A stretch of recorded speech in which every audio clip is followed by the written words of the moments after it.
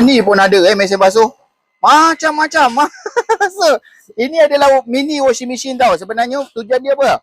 Tujuan dia untuk macam korang nak basuh benda-benda yang macam sensitif. Contohlah, contoh macam ni kan, tudung kan. Tudung kan sayang, mahal-mahal punya tudung kan. Kalau nak masuk dalam washing machine macam ni, nanti takut jahanam apa semua sekali kan. So kau try masuk macam ni. Kau tengok. Ni aku try ni. Ini kalau isteri aku tahu ni, mau apa? Mau kena cincang aku ni. Tak adalah sampai tahap macam tu kan. Cuba kau nampak. Ini boleh tutup lah. Ni tadi aku tak tutup. Tutup macam ni. Kau nak basuh tudung. Kalau yang jenis tudung mahal-mahal tu kan, korang kena guna ni. Kena guna mesin basuh mini ni.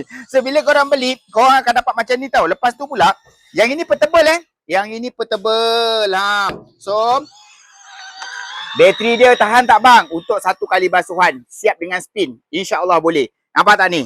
Untuk tudung yang mahal-mahal tu kak, nak basuh, pakai yang ini kak.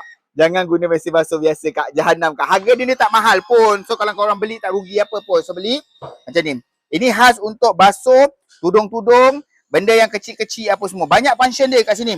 Kalau nak spin boleh tak bang? Okey ni saya tutupkan Okay, kalau nak spin macam mana? Ni saya tunjukkan macam ni cara nak spin. First kali, buangkan dia punya air.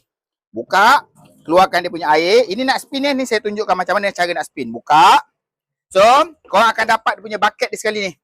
Dia punya bucket ni korang akan dapat sekali untuk spin. So, ambil tudung yang nak di-spinkan ni. Okay. Masukkan dalam ni. Masukkan dalam ni. Tapak dia ni, masukkan dekat dia punya tapak push starter dia macam ni. Letakkan dia je. Letak saja dia. Okay, dah ada slot macam tu cantik.